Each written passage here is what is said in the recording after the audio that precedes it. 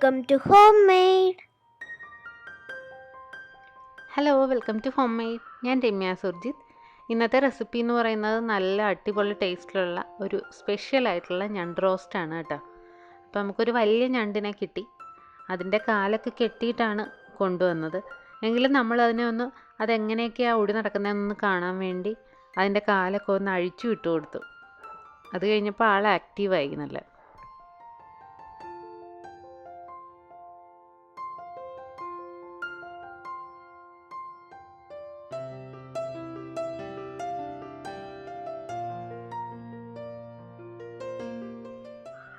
കൈ കൊണ്ട് ചെന്നാൽ നല്ല പണി കിട്ടും. അത് കാരണം നമ്മൾ ആദ്യം കൈ കൊണ്ട് തൊട്ടൊന്നുമില്ല.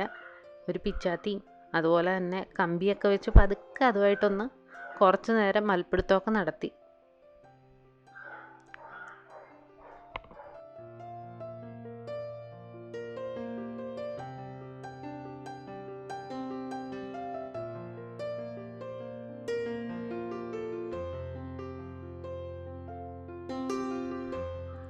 അങ്ങനെ കുറച്ച് നേരത്തെ കഷ്ടപ്പാടിന് ശേഷം അതിനെ പതുക്കെ കയ്യിലെടുത്തു.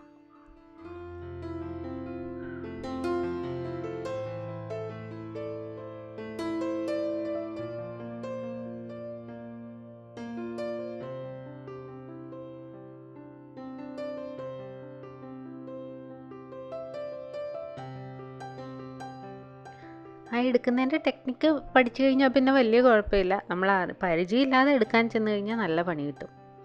അപ്പോൾ നമ്മൾ ആ ഞണ്ടിനെ ശരിയാക്കിയിട്ടുണ്ട്. നമുക്ക് ഞണ്ട് റോസ്റ്റ് ഉണ്ടാക്കിത്തരാം.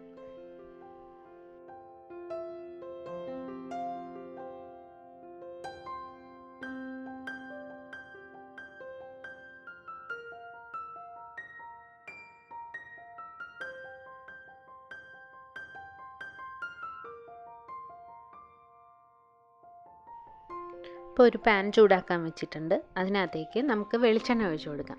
നല്ല നാടൻ ഞണ്ട് റോസ്റ്റ് അല്ലേ, അപ്പം നല്ല വെളിച്ചെണ്ണയാണ് നല്ലത്. വേറെ ഓയിലൊന്നും ചേർക്കണ്ട. അപ്പോൾ എണ്ണ ചൂടായി വരുമ്പോഴേക്കും നമുക്ക് അതിനകത്തേക്ക് ഇഞ്ചിയും വെളുത്തുള്ളിയും 2 ടേബിൾ സ്പൂണോളം ചതച്ചെടുത്തിട്ടുണ്ട്. അപ്പോൾ നിങ്ങൾക്ക് വേണമെങ്കിൽ പേസ്റ്റായിട്ടും ചേർക്കാം, കുഴപ്പമില്ല. അരിഞ്ഞ് ചേർക്കുന്നതിനേക്കാൾ നല്ലത് ചതച്ചും അതുപോലെ തന്നെ അരച്ചോ ചേർക്കുന്നതാണ്.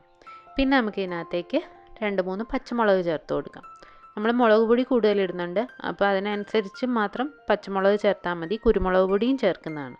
പിന്നെ നമുക്ക് 2-3 സവോള നീളത്തിലരിഞ്ഞ് ചേർത്ത് കൊടുക്കാം. സവോള വലുതാണെങ്കിൽ 2 മതിയാവും, ചെറുതാണെങ്കിൽ ഒരു 3 ചേർത്ത് കൊടുക്കാം. സവോള ആവശ്യത്തിന് വേണം. നിങ്ങൾക്ക് ചെറിയ ഉള്ളി വേണമെങ്കിൽ അതും ചേർക്കാം.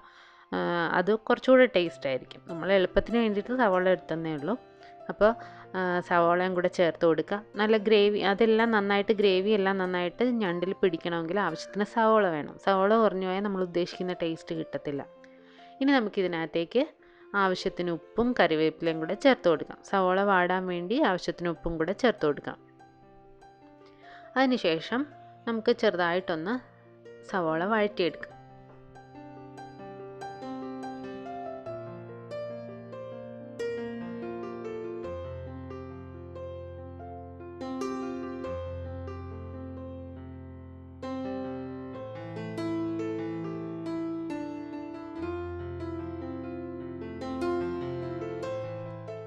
ഇപ്പോൾ സവോളയൊക്കെ ഒന്ന് വാടി വന്നിട്ടുണ്ട്.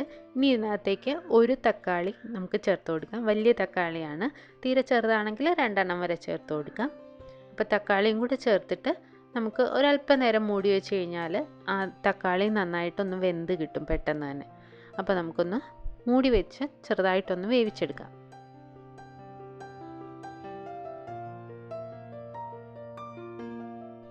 ഒരു മിനിറ്റ് 1-2 മിനിറ്റ് വെച്ച് കഴിയുമ്പോൾ തന്നെ തക്കാളി ഒന്ന് ചെറുതായിട്ട് വെന്തുടഞ്ഞു തുടങ്ങും. ഇനി ഇതിനകത്തേക്ക് നമുക്ക് ആവശ്യത്തിന് പൊടികൾ എല്ലാം ചേർത്ത് കൊടുക്കാം. ആദ്യം നമുക്ക് ഒരു 1/4 ടീസ്പൂൺ മഞ്ഞൾപ്പൊടി ചേർത്ത് കൊടുക്കാം. ഇനി 1 ടീസ്പൂണോളം മല്ലിപ്പൊടി ചേർത്ത് കൊടുക്കാം. പിന്നെ എരിവിന് ആവശ്യത്തിനുള്ള മുളക് പൊടി ചേർത്ത് കൊടുക്കാം. ഞാനൊരു 1.5 ടീസ്പൂണോളം മുളക് പൊടി ചേർത്ത് കൊടുക്കുന്നുണ്ട്. നിങ്ങൾക്ക് എരിവ് കുറച്ച് മതിയെന്നുണ്ടെങ്കിൽ മുളക് പൊടി കുറച്ച് ചേർക്കാം. പിന്നെ ഇതിനകത്തേക്ക് നമുക്ക് 1/2 ടീസ്പൂണോളം കുരുമുളക് പൊടി ചേർത്ത് കൊടുക്കണം. പിന്നെ നമ്മളൊരു 3/4 ടീസ്പൂണോളം ഗരം മസാല കൂടെ ചേർത്ത് കൊടുക്കുന്നുണ്ട്. ഇനി ഇതെല്ലാം കൂടെ നന്നായിട്ടൊന്ന് ചൂടായി വരുന്നവരെ നമുക്ക് വഴറ്റി കൊടുക്കാം. തീ കുറച്ച് വെച്ചിട്ട് വേണം പൊടി ചേർക്കാനായിട്ട്. ഞാൻ എപ്പോഴും പറയുന്ന കാര്യമാണ്, തീ നന്നായിട്ട് കുറച്ച് വെച്ചിട്ട് പൊടികൾ ചേർക്കുക. അതിനുശേഷം പൊടിയൊന്ന് മൂത്ത് വരുന്നവരെ വഴറ്റി കൊടുക്കാം. അപ്പോഴാണ് കറക്റ്റ് ആ മസാലയുടെ ടേസ്റ്റ് എല്ലാം അതിലേക്ക് പിടിക്കുന്നത്, സവോളയിലേക്കൊക്കെ. അപ്പോൾ നന്നായിട്ടൊന്ന് വഴറ്റി കൊടുത്തിട്ടുണ്ട്.